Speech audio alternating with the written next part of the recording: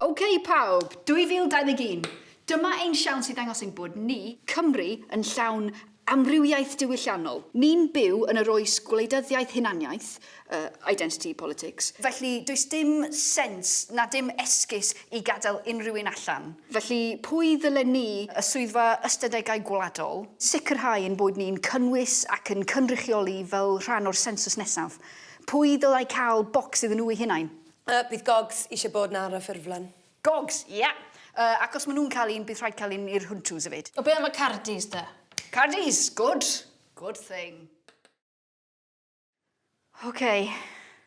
Fi'n meddwl yn bod ni wedi cynnwys pob hunaniaeth sydd i'w gael yng Nghymru'r 11 ar 20. Ond just i checio, ai trwy'r list unwaith eto. OK, mae gennym ni Gwyn Prydeinig, Gwyn Cymraeg, Gogs, Hwntws, Cardis, Cofi Dre, gyda fersiwn y sensws yn iaith Cofi, diolch Sara am y cyfieithiad. Moch Môn, merched sy'n gwisgo crysau T sy'n dweud you can take the girl out of the valleys but you can't take the valleys out of the girl.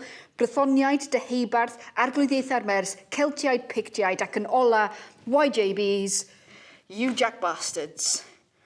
OK, oes unrhyw elfen o hunaniaeth Cymraeg, unrhyw un o gwbl sy'n byw yng Nghymru yn 2021 gallen ni wedi anghofio. Wow, ni di anghofio grŵp pwysig iawn. A bydde fe'n warthus petai ni ddim yn rhoi opsiwn ar y ffurflen. A byd nhw'n cico off a digon teg. Pobl cymysg. Ti'n gwybod y Gogs na sy'n byw yn Cardydd a maen nhw ddim yn gwybod os maen nhw'n Gogs neu Hwntws. OK, good save, Beth, OK, cymysg, lovely, right. OK.